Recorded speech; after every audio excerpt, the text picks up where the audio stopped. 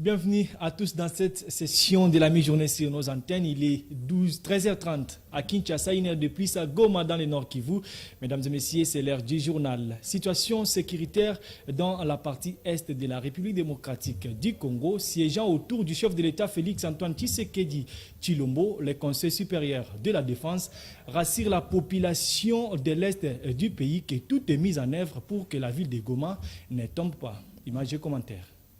Le président de la République, Félix-Antoine Tshisekedi Tshilombo, a présidé le lundi 5 février 2024 à Kinshasa la réunion du Conseil supérieur de la défense à laquelle ont notamment pris part le vice-premier ministre de l'Intérieur et Sécurité, celui de la Défense, ainsi que le chef d'état-major général de FRDC. D'après Jean-Pierre Mbemba, vice-premier ministre en charge de la Défense nationale, qui a fait le compte rendu de cette réunion, la République démocratique du Congo met le bouchée double pour garantir l'intégrité de la ville de Goma et récupérer les autres parties du pays sous contrôle de l'ennemi. En suprême des forces armées de la police nationale, le président de la République a porté essentiellement sur les questions sécuritaires au niveau général du pays et particulièrement la situation qui prévaut au niveau du Nord Kivu.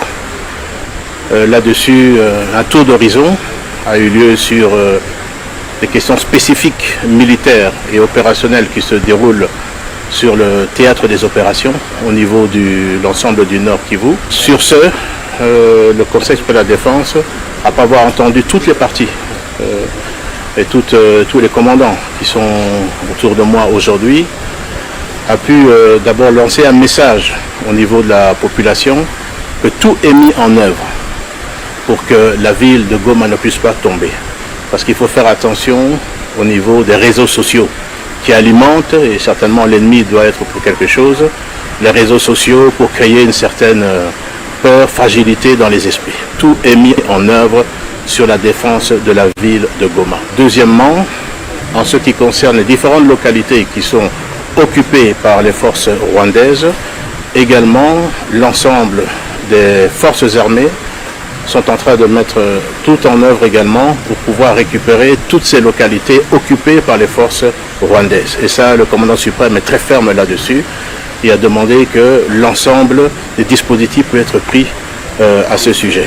En ce qui concerne également la question des réseaux sociaux, comme je le disais, je demande à la population de vraiment faire très attention parce que nous voyons des militaires qui sont en train de s'exprimer, nous voyons des audios qui sont en train de circuler. Attention, attention, ce n'est pas la réalité.